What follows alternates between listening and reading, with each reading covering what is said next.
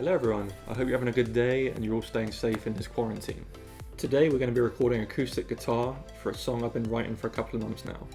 This song kind of showcases typically how I write in stages, so I've had the first and second verse of this song recorded for a while now, and I've sent it around to a few of my friends to try and help me finish it. Today I finally finished that chorus, so today we're going to sit down and record the guitar for it, and I'll show you a few things I do to record my guitar at home. Let's do it.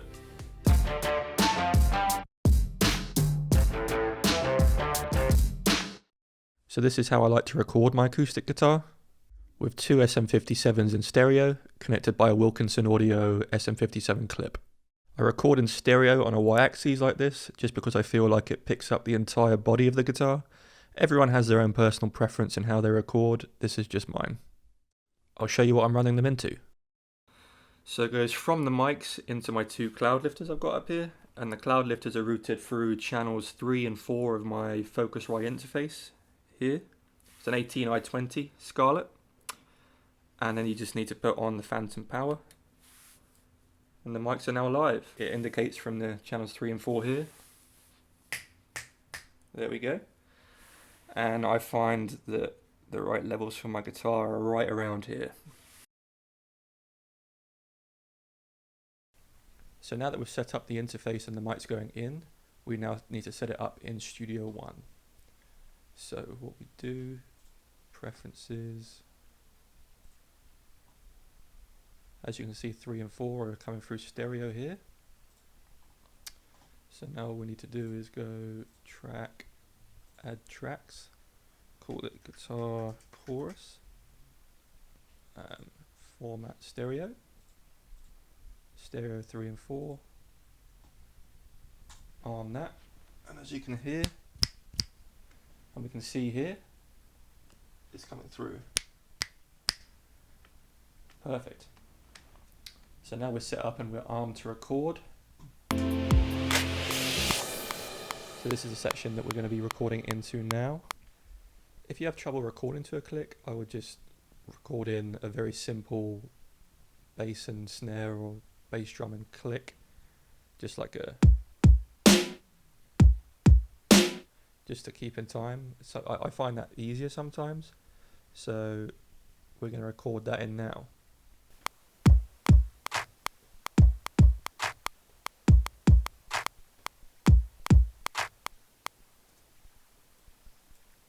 So now we just need to quantize them.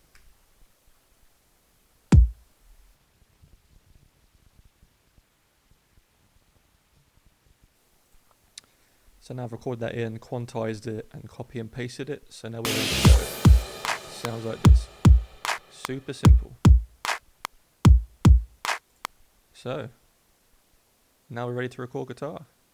So as you can see, I've got the two SM57s in its Y-axis here. One of the mics is aimed towards the 17th fret, kind of by the sound hole, and the other one is pointed towards the 12th fret. I've placed them roughly a foot away, give or take.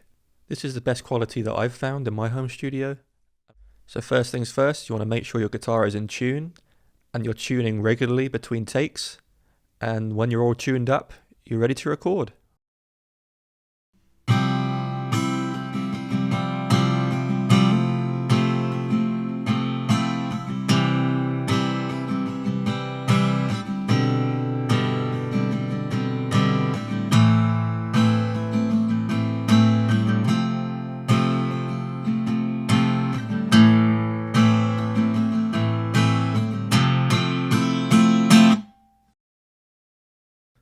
So I've got the tracks recorded. As you can see, I did 5 or 6 takes, just for good measure.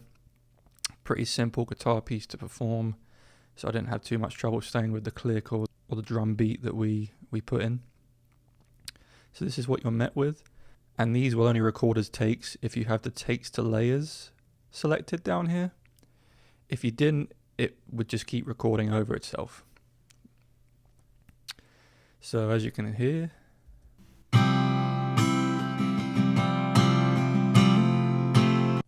it recorded in fine, so I always just throw a quick loop on here. First thing I always do, put a high pass filter on it. I swear by the Fab filter, it's so good.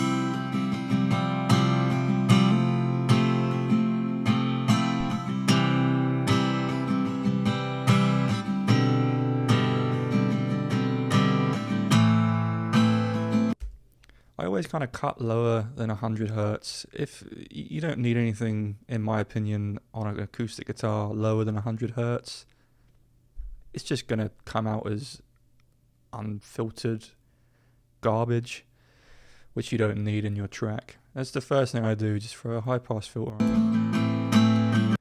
And I'm not going to go into the mixing of an acoustic guitar in this video. I'll leave that for another video, but it's just something that I always do. Make sure you keep saving your projects. The amount of times I've lost my work is just crazy. And if you do takes to layers like this, once you choose whichever layer, I'll keep it as this take here just for the sake of the video. Just to make it more attractive to look at, you can expand and collapse those layers there. As we recorded with two mics, you're going to need to check the phase of it. To check the phase, you just double click to open the waveform like this. And all phase means is you see you've got the waveform here and a waveform here. That's both mics, and they're both pointing up, which indicates to me that they're in phase. If they're out of phase, one of them would be pointing down. To take a closer look or to fix any phase issues, I've used waves in phase for years. You have to make sure you open the stereo version because it's a stereo track. And then you just need to play a small section of the track. There we go. Find the nearest peak. Zoom in. And then find the 0 point. Yep. Everything looks okay. It might just be slightly out of phase, and then you can just literally pull it over like this to put it in phase. Nice. Phase is way more an issue with drums than it is with acoustic guitar recording stereo with two close mics like this. If I place the mics at completely different ends of the guitar or one further away to capture a room sound, then it would be way more of an issue. But like this, we've got nothing to worry about. And now I've got the guitar recorded, I can keep building around the track, throw a proper drum beat in over the top, and I'm good to go. Again, this is in an untreated bedroom studio with Shure SM57s. So, you know, we're not talking about thousands of dollars worth of gear here. You can get radio-ready quality sounding tracks using techniques like this. And it's just something that I've picked up along the years and working with other producers and musicians. Thanks again for your support, guys. Don't forget to like, comment, subscribe to our channel, turn that notification bell on, and we look forward to seeing you again. Cheers.